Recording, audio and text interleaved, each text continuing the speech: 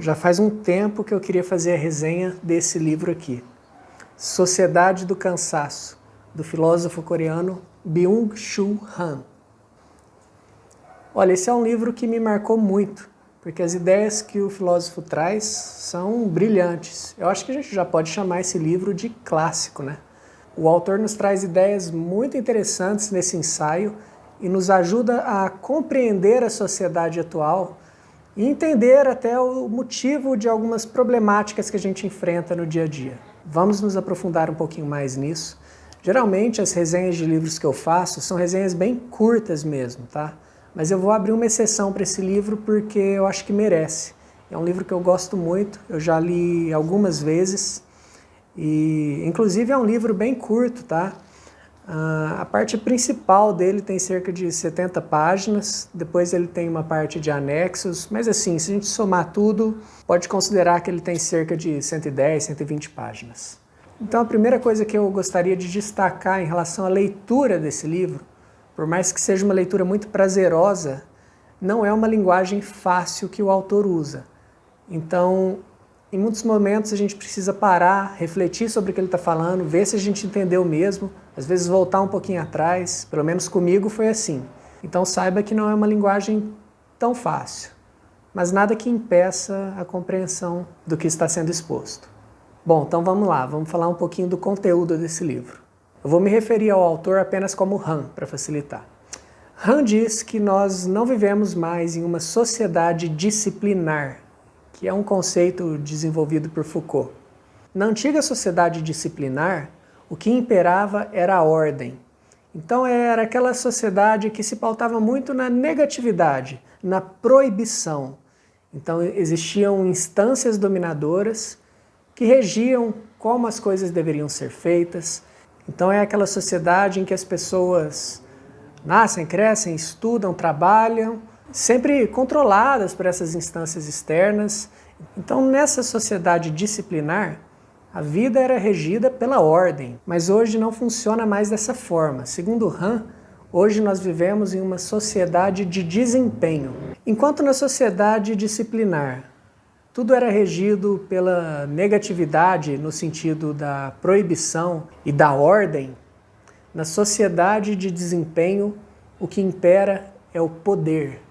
É uma sociedade marcada pelo que o autor chama de excesso de positividade. E esse termo é muito importante porque em vários momentos do livro o autor vai falar sobre ele. Por que excesso de positividade?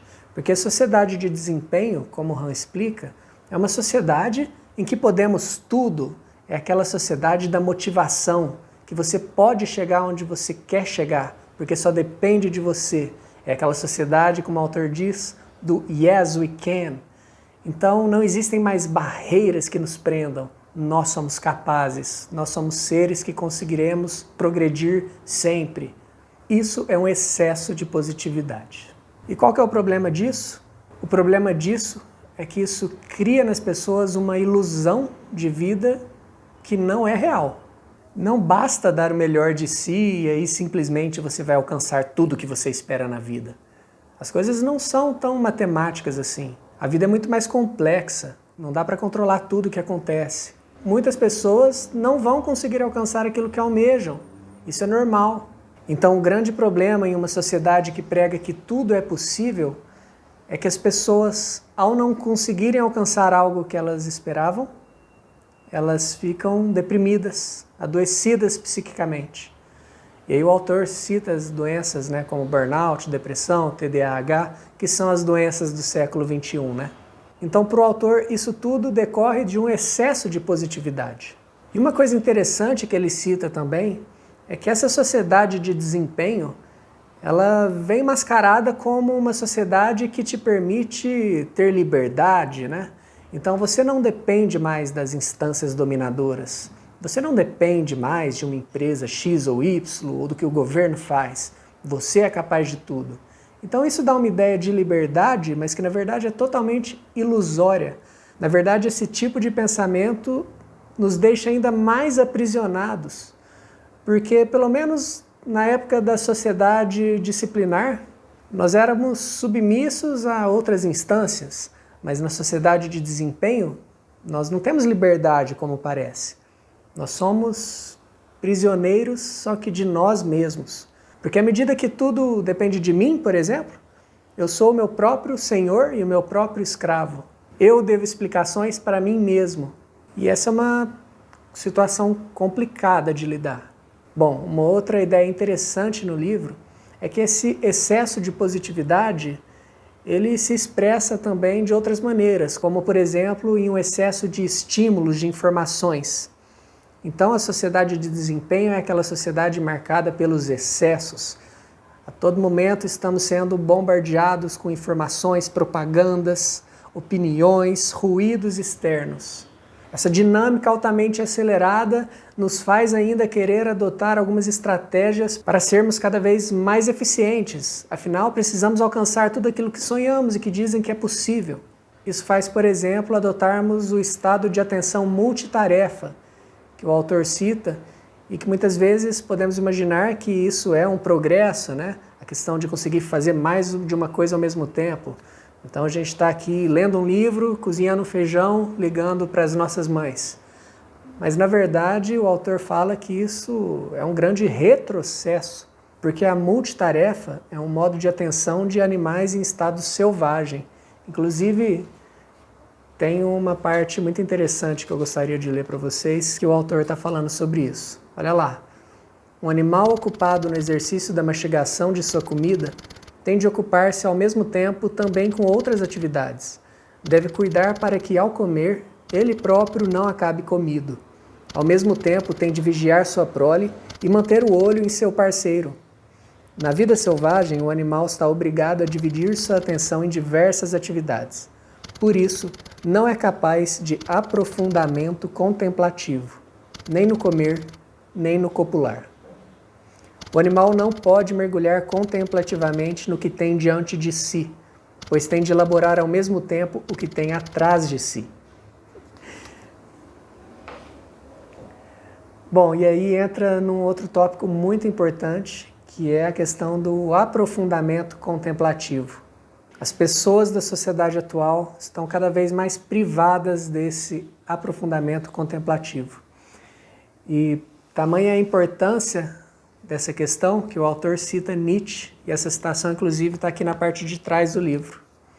Segundo Nietzsche, por falta de repouso, nossa civilização caminha para uma nova barbárie. Em nenhuma outra época os ativos, isto é, os inquietos, valeram tanto. Assim, pertence às correções necessárias a serem tomadas quanto ao caráter da humanidade, fortalecer em grande medida o elemento contemplativo. Segundo Hahn, pura inquietação não gera nada de novo. O ser humano precisa de espaço para si mesmo, precisa desse aprofundamento contemplativo, desse tédio profundo. É preciso que ao fazer uma atividade, a gente esteja imerso na atividade, presente naquele momento. É preciso que em certos momentos tenhamos espaço para simplesmente existir, sem ruídos externos, sem interferências. Inclusive fica aqui até uma reflexão, já fazendo um link com o tema principal aqui do meu canal do YouTube, que é em relação à arquitetura residencial, né? A nossa relação com nossas moradias. Será que a nossa casa, ela proporciona para a gente esse aprofundamento contemplativo? Será que a nossa casa nos ajuda a atingir esse estado de tédio profundo? Porque isso é uma coisa que realmente a gente devia se preocupar. O dia a dia é tão corrido para muitas pessoas, né? Muita gente trabalha fora e só volta para casa à noite. E ao ficar exposta nessa sociedade de desempenho, a pessoa muitas vezes não tem a oportunidade de ficar consigo mesma. Então, nossa casa é nosso grande refúgio. A gente tem que cuidar para que ela promova esse aprofundamento contemplativo. Porque isso é, antes de tudo, uma questão de saúde. Eu te convido, então, a se inscrever aqui no meu canal, porque aqui eu produzo muito conteúdo a respeito de questões relacionadas à qualidade do morar. E eu acho que, em certa medida, alguns dos meus vídeos podem te ajudar. Então fica esse convite. Se você achar interessante, se inscreva no canal. E é isso. Essa foi a resenha do livro Sociedade do Cansaço. Uma dica extra, existe um documentário aqui no YouTube, se você procurar você vai achar, um documentário sobre o livro em que o próprio autor participa. Esse documentário é interessante porque ele tem uma linguagem bem mais fácil, então nos ajuda a entender um pouco o que está sendo dito aqui nesse livro. Bom, é isso. Eu espero que você tenha gostado. Vou deixar aqui algumas sugestões de outros vídeos meus que podem te interessar e eu te espero lá. Tchau!